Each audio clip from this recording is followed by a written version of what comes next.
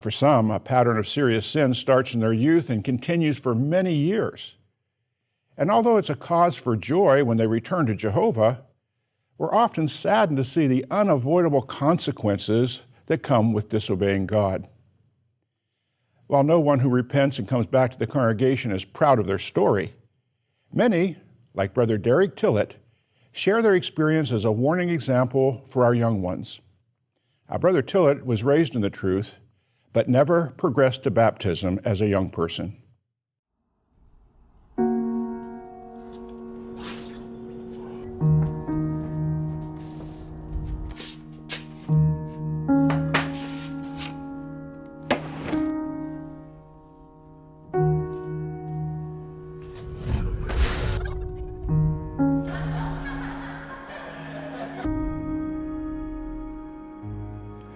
As a teenager, I was leading a double life. So when I turned 18, I left the truth because I wanted the freedom of the world. By this point in time, I'd been introduced to drugs and the corruptive influence of heavy metal music. And it started out small, but then somebody introduced me to methamphetamine. And that was my poison. The debauched lifestyle that I was living ended up costing me my job, my wife, my kids, my family, everything. I lost everything. And in order to support my unquenchable lust for drugs, I started dealing. So I had run out of drugs for about 3 days, and I experienced what is called a moment of clarity.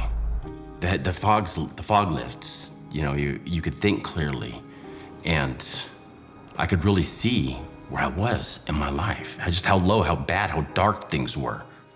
I said a prayer to Jehovah, and I prayed to him, and I said, I don't want to live this life anymore. I knew I had to change. I didn't know how, and I didn't know when. But if it was going to happen, I was going to need God's help. So a buddy of mine who is affiliated with a notorious biker gang saw just how bad off I was. He told me, you're gonna end up dead or in prison if you keep going this way, Derek. Every day on my way to work, I had to drive by the Kingdom Hall. There it was. There it was. So one day, I decided, why not? And I poked my head into the Kingdom Hall on a Sunday. And what I heard that day blew my mind. How in the world did they know I was going to be in the audience that day? My head was spinning, and I had a lump in my throat. That speaker was speaking straight to my heart. When I got home, I picked up the phone, and I called my parents. And my dad answered the phone. Hello? And I was like, Dad, I want to come back to Jehovah. Okay, well that sounds good. I'm glad to hear that. That was the beginning of a beautiful thing. So I moved to California in with my parents for a while, and I went to all the meetings with them. So when I got back from California to Arizona, I cut my hair. And so I walked into the supermarket where my girlfriend was working, and she does this double take, and her jaw is on the ground. She says to me, "You're serious about this, aren't you?" And I said, yeah, I'm going back to Jehovah, and I'm gonna do this either with you or without you. And she kind of looked down at the ground, and she looks back up at me and she says, let's do this. So now we're pioneering together. She's in her 5th year of pioneering, and I'm in my 3rd year of pioneering. And I was inspired by her to do that.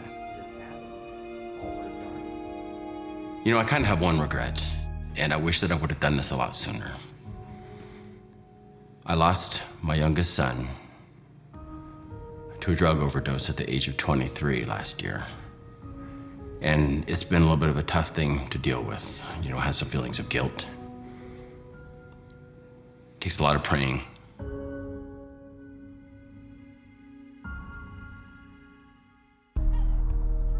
Our congregation is wonderful. They're so supportive, the fellow pioneers. So We're always keeping busy, keeping my mind going. There's so many in the congregation that I love, and they love me back. If you're thinking about leaving the truth, don't do it. Satan's world will chew you up and spit you out. And if you're out in the world, or maybe you've experienced some problems, Jehovah wants you back. Do it. And your parents, don't ever give up hope. Don't ever underestimate what you do with your kids at a young age. Because like even with me, we're talking 20-something years later of craziness. I knew where to came back. I knew where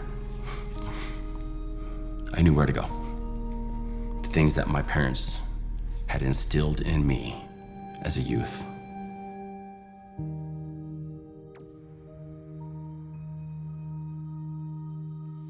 As is so often the case, Derek's decisions in his youth had far-reaching consequences. As a teen, he chose a double life instead of pursuing dedication and baptism. So by the time of his baptism as an adult in 2008, he had missed the opportunity to raise his sons in a Christian household, knowing now the difference it could have made for his family. Still, Jehovah forgives in a large way and allows Brother Tillett and others with similar experiences the joy and hope we all have in common in our spiritual paradise.